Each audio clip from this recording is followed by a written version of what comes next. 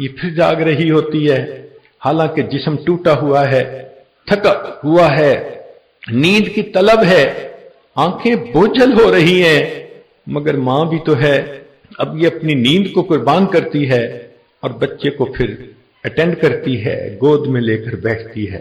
ہم نے تو یہاں تک واقعات سنے کہ پہلی راتوں میں، پہلے وقتوں میں جب ماں اپنے بچے کو ساتھ لے کے سوئی ہوتی تھی تو اس وقت ڈائپر تو ہوتے نہیں تھے، اگر بچہ رات کو پیشاب کر دیتا تھا تو ماں بچے کو اٹھا کے خشک جگہ پہ لٹا دیتی تھی اور خود اس گیلی جگہ پہ سو جاتی تھی۔ ہر چیز قربان کر دیتی ہے، اس کو تنخواہ تو کوئی نہیں مل رہی، اس کی محبت اس کو مجبور کر رہی ہے، یہ اپنی محبت کی وجہ سے بچے کی باندھی بن گئی ہے۔ چنانچہ اس کا بچہ کبھی بیمار ہو جائے تو اس کی حالت دیکھو، نہ اسے کھانا یاد، نہ پینا یاد، آنکھوں میں آنسو ہیں، ڈاکٹروں کے پاس لیے پھر رہی ہے، حکیم سے کہتی ہے کہ اس کو ایسی دوا دیں کہ یہ بالکل ٹھیک ہو جائے، اور اگر طبیعت زیادہ خراب ہو جائے تو پھر یہ ماں بچے کو گود میں لے کے بیٹھتی ہے، اللہ سے دعا مانگتی ہے۔ جس ماں کا بیٹا بیمار ہو جائے اس کو دعا مانگنا کوئی نہیں سکھاتا، اسے محبت دعا مانگنا سکھا دیتی ہے۔ وہ ایسے تڑپ کے اللہ سے مانگتی ہے کہ اللہ رب العزت اس ماں کی دعا کو قبول فرما لیتے ہیں۔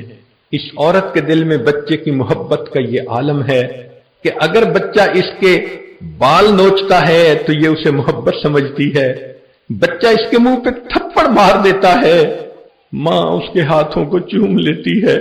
آخر کیا وجہ ہے؟ اس ماں کے دل میں بچے کی محبت اتنی ہے۔ ہم نے دیکھا اس دنیا میں ہر کوئی اچھوں سے محبت کرتا ہے، بروں سے محبت کرنے والی ماں کی ذات ہے۔ ماں کی اولاد بری ہو جائے سب برا برا کہتے ہیں، ایک وقت آتا ہے کہ خامد بھی برا کہتا ہے اور دھمکیاں دیتا ہے میں بچے کو گھر سے نکال دوں گا، مگر ماں تو ماں ہوتی ہے، رو کر کہتی ہے کہ آخر میں تو ماں ہوں، میرا تو دل تڑپتا ہے، اولاد سنور نہ سکی، یہ ان کے مقدر تھے، مگر میں اس بچے کو آنکھوں سے دور تو نہیں کر سکتی۔ اس ماں کے دل میں اللہ نے اولاد کی کیا محبت رکھی ہے۔ ہم نے اپنے گھر میں دیکھا کہ اگر کبھی کوئی بچہ شرارت کرے اور ماں اسے سختی سے سمجھا دے اور وہ بچہ روٹ کے گھر سے باہر نکل جائے تو ماں کا چین اور سکون ختم ہو جاتا ہے۔ وہی ماں جو تھوڑی دیر پہلے ڈانٹ رہی تھی اب وضو کرتی ہے، مصلی پہ آ کے بیٹھ جاتی ہے، دعا مانگتی ہے اللہ میرا بیٹا کسی برے بندے کے ہاتھ نہ لگ جائے، اللہ میرے بچے کی حفاظت کرنا، میرے بچے کو واپس پہنچا دینا، اللہ میرے بچے کی جان، عزت، آبرو ہر چیز کی حفاظت کرنا۔ اب یہ جو ماں آنسو بہا رہی ہے، کوئی اس سے پوچھے کہ تمہیں سے تو ڈانٹا تھا تو وہ جواب دے گی کہ ڈانٹا تو اس لیے تھا کہ میں ماں ہوں، میں نہیں سمجھاؤں گی تو کون سمجھائے گا، مگر میرا دل یہ بھی نہیں چاہتا کہ میرا بچہ میری آنکھوں سے دور ہو جائے۔ چنانچہ وہ بچہ نہیں آتا، کھانے کا وقت ہو جاتا ہے، گھر کے سب لوگ پیٹ بھر کے کھانا کھا لیتے ہیں، ماں بہانہ کر دیتی ہے میرا جی نہیں چاہ رہا، حالانکہ اسے بھوک لگی ہوتی ہے، اس کا پیٹ خالی ہوتا ہے، اس کو کھانے کی طلب ہوتی ہے، مگر وہ ماں سوچتی ہے پتہ نہیں میرے بیٹے نے کھایا ہوگا یا نہیں تو میں کیسے کھاؤں۔ وہ ماں بھوکی رہتی ہے، حتیٰ کہ جب رات کا وقت ہو جاتا ہے، خامند باہر آفس سے گھر آتا ہے، واقعہ سنتا ہے تو وہ بھی بیوی کو ڈانٹتا ہے تیری بلا وجہ محبت نے بچوں کو بگاڑ دیا۔ ماں کی حالت دیکھو، خامند کی ڈانٹ بھی برداشت کر رہی ہے، ادھر سے بھی بری بن رہی ہے، مگر محبت کے ہاتھوں بھی مجبور ہے۔ سب لوگ سو جاتے ہیں، ایک ماں ہوتی ہے جسے نیند نہیں آتی، بستر پہ کروٹیں لے رہی ہوتی ہے، اگر کوئی پوچھے کیوں نہیں سوتی وہ جواب دے گی پتہ نہیں میرا بیٹا سویا ہوگا یا نہیں، کیسے نیند آئے، وہ بچے کے انتظار میں ہوتی ہے، حتیٰ کہ اگر ہوا کی وجہ سے دروازہ بند ہو تو ماں فوراً کان لگاتی ہے کہیں میرا بیٹا آ تو نہیں گیا۔ سوچئے تو صحیح اس ماں کے دل میں اللہ نے اولاد کی کتنی محبت رکھی ہے۔ اب ذرا غور کیجئے کہ اگر یہ بچہ کسی وقت واپس آئے اور دروازہ کھٹکھٹائے، ماں دروازہ کھولنے میں دیر نہیں لگاتی، میرے بچے کو انتظار نہ کرنا پڑ جائے۔ بچہ گھر میں داخل ہوتا ہے، سیدھا کمرے میں چلا جاتا ہے، ماں اپنی بیٹی کو جگاتی ہے، بیٹی اٹھو، بھائی کو کھانا دو۔ بیٹی کہتی ہے امی میری نیند ڈسٹرب ہو رہی ہے، وہ صبح کھا لے گا۔ ماں کہتی ہے بیٹی اسے بھوک لگی ہوگی۔ بیٹی کھانا بناتی ہے، بھائی کا دروازہ کھٹکھٹاتی ہے، وہ غصے کی وجہ سے دروازہ بند کر کے بیٹھا ہے۔ ماں کہتی ہے اچھا بیٹی صبح ذرا جلدی اس کو ناشتہ دے دینا۔ بیٹی پوچھتی ہے امی آخر کیوں آپ سے یہ چیز برداشت نہیں ہو رہی؟ وہ کہے گی میرا تو بیٹا ہے، بگڑ گیا تو میں کیا کروں، میرا دل تڑپ رہا ہے، اس کی بھوک مجھ سے نہیں دیکھی جاتی، وہ مجھ سے دور ہے، مجھ سے دوری برداشت نہیں ہوتی۔ بیٹی پوچھتی ہے اماں چاہتی کیا ہے؟ ماں جواب دیتی ہے بیٹی میرا دل چاہتا ہے کہ تیرا بھائی میرے پاس آئے، مجھے آ کر سوری کہہ دے، امی مجھ سے غلطی ہوئی میں اسے معاف کر دوں گی۔ اب اس ماں کی حالت دیکھیے جو بیٹے کو معاف کرنے پر تلی ہوئی ہے۔ اگر اس کا بیٹا اس کے پاس آ جائے اور اس سے کہے کہ امی مجھے معاف کر دو، وہ تو پہلے ہی انتظار میں تھی، وہ اسی وقت مسکراتی ہے، بچے کا ماتھا چومتی ہے، بچے کو اپنے سینے سے لگا لیتی ہے، اچھا میرے بیٹے میں نے تمہیں معاف کر دیا۔ اور اگر فرض کریں کہ ماں کو غصہ زیادہ ہے اور وہ فقط سوری کرنے سے خوش نہیں ہوتی، تو اگر وہ بچہ آ کر اس ماں کے قریب بیٹھ جائے، اس کے پاؤں پکڑ لے، امی مجھ سے غلطی ہوئی معاف کر دیں، ماں کا غصہ ختم ہو جاتا ہے۔ اسی وقت کہتی ہے بیٹے میرے پاؤں مت پکڑو، چلو میں نے تمہیں معاف کر دیا۔ اگر بالفرض اس کا غصہ اس سے بھی زیادہ تھا اور بچہ معافی مانگتے ہوئے اس کی آنکھوں میں آنسو آ جاتے ہیں، تو ماں بیٹے کے آنسو برداشت نہیں کر سکتی، اپنے دوپٹے سے آنسو پوچھتی ہے اور بچے کو سینے سے لگا کے کہتی ہے بیٹے رو نہیں، میں نے تجھے معاف کر دیا۔ یہ ماں کی ممتا ہے۔ اللہ رب العزت نے اپنی محبت کا نمونہ دکھانے کے لیے دنیا میں ماں کو پیدا کیا۔ لوگوں، ماں اپنے بچوں پہ کیسے قربان ہوتی ہے، بچوں سے کتنی محبت کرتی ہے، بچوں کی غلطیوں کو کتنا جلدی معاف کر دیتی ہے، بچوں کے عیبوں پہ کیسے پردے ڈالتی ہے، بچوں کی خاطر کیسے قربان ہوتی ہے۔ اے میرے بندو، تم میری محبت میری رحمت کا اندازہ لگانا چاہو تو میں نے ساری مخلوق کے اندر 100 حصے رحمتوں میں سے ایک حصہ تقسیم کیا، 99 حصے رحمت تو میرے پاس ہے۔ اندازہ لگاؤ مجھے اپنے بندے سے کتنی محبت ہے۔ اگر میرا بندہ جو دنیا میں خطا کار تھا، گناہگار تھا، جو مجھ سے پیٹ پھیر کے زندگی گزارتا پھرا، مجھے اس کا اسی طرح انتظار رہتا ہے جس طرح بچھڑے بچے کا انتظار اس کی ماں کو ہوتا ہے۔ ہمارے علماء نے لکھا کہ ماں بچھڑے بیٹے کا اتنا انتظار نہیں کرتی جتنا اللہ اپنے بگڑے ہوئے بندے کا انتظار کرتے ہیں۔ اسی لیے تو قرآن مجید میں فرمایا یا ایھا الانسان ما غرک بربک الکریم، اے انسان تجھے تیرے کریم پروردگار سے کس چیز نے دھوکے میں ڈال دیا۔ جیسے ماں بچے کو سمجھا رہی ہوتی ہے بیٹا ماما سے روٹھا نہیں کرتے، ماما سے دور نہیں ہوا کرتے۔ لگتا ہے اس آیت مبارکہ میں اللہ رب العزت بندوں کو اسی طرح سمجھا رہے ہیں، اے بندو اپنے پروردگار سے روٹھا نہیں کرتے، اس سے دور نہیں جایا کرتے۔ آؤ پروردگار کا در کھلا ہے۔ حقیقت بات تو یہ ہے جو رب کریم کے دروازے سے پیٹ پھیر کے جاتا، آداب شاہانہ کا تقاضا یہ تھا اس بندے کی پشت میں ایک لات لگوائی دی جاتی اور اس کے لیے دروازے کو بند کر دیا جاتا۔ او بدبخت میرے دروازے کو پیٹ پھیر کے جا رہا ہے، اب یہ دروازہ ہمیشہ کے لیے بند کر دیا۔